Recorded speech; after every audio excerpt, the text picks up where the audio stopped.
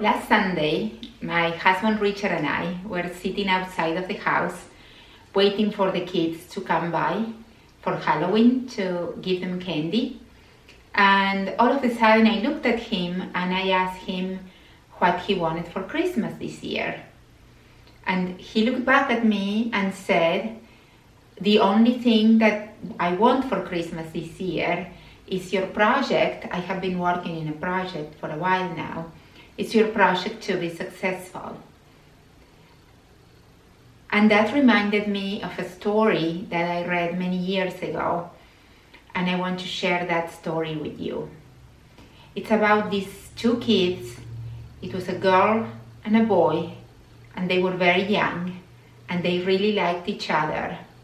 And then they grew up into being teenagers, and they started to casually, very innocently dating.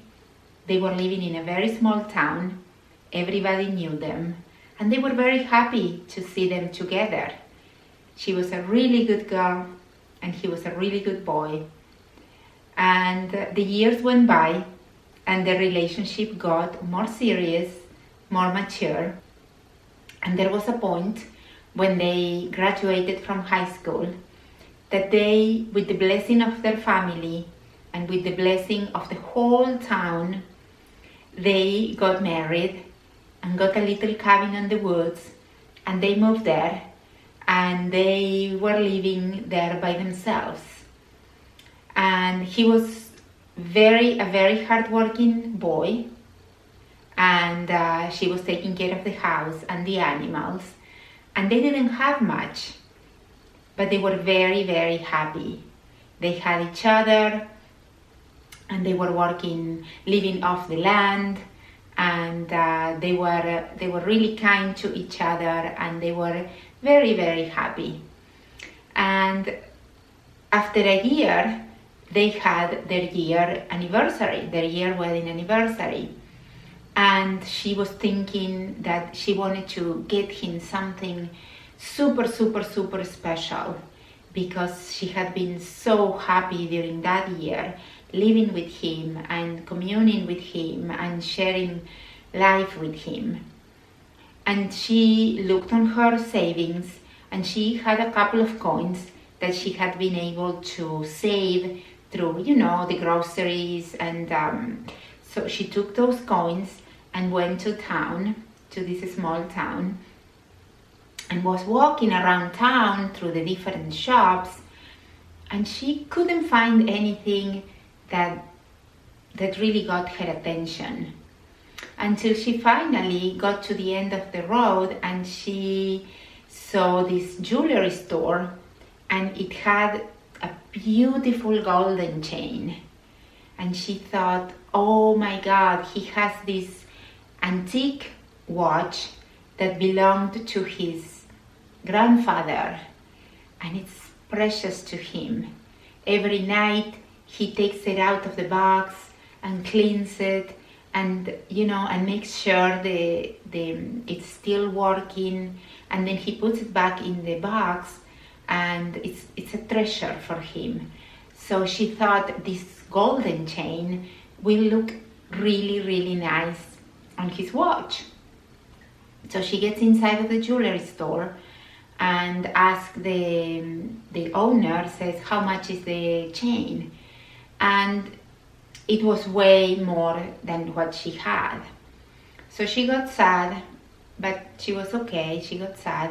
She walks outside of the store and starts walking, and she keeps looking and looking for something else. And all of a sudden she sees on a hairdresser shop that they are paying big money for natural hair. And she had never cut her hair since she was 15 years old. So her hair was long and beautiful and healthy, and she really liked her hair, and she took care of it every day. She would brush it, and it was a precious possession for her. She didn't have much, but she had her beautiful blonde long hair. And she asked how much money she could get if she sold her hair. And the hairdresser told her that if she cut her hair very, very short to her scalp, she could get the same amount of money she needed to buy the golden chain. So yes, she did it. She sold her hair, got the money, and bought the chain. And the jeweler was so touched and inspired by her love that he also gave her a beautiful wooden box to put the golden chain in it. So there she goes back to her cabin, and she's waiting for her husband to celebrate the 1-year wedding anniversary. And when he comes in, she's like, I have something for you to celebrate our 1-year wedding anniversary. And she brings the wooden box that is closed. And he's like, wait, I have something for you as well. And he goes on top of the closet, and he had kept hidden a cardboard box, and they exchanged boxes. And when she opens her box, she had hair pieces that he had bought with the money he sold.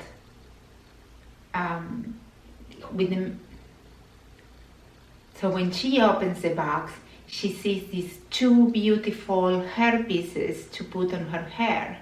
And he opens the box and he sees the golden chain. And she says, where is your watch? And he's like, I sold it to buy your hair pieces. And he's like, why are you wearing a hat? She had put a hat on it to hide that her head was shaved. So he takes the hat off, and she noticed that she doesn't have her hair anymore, and said, what happened to your hair?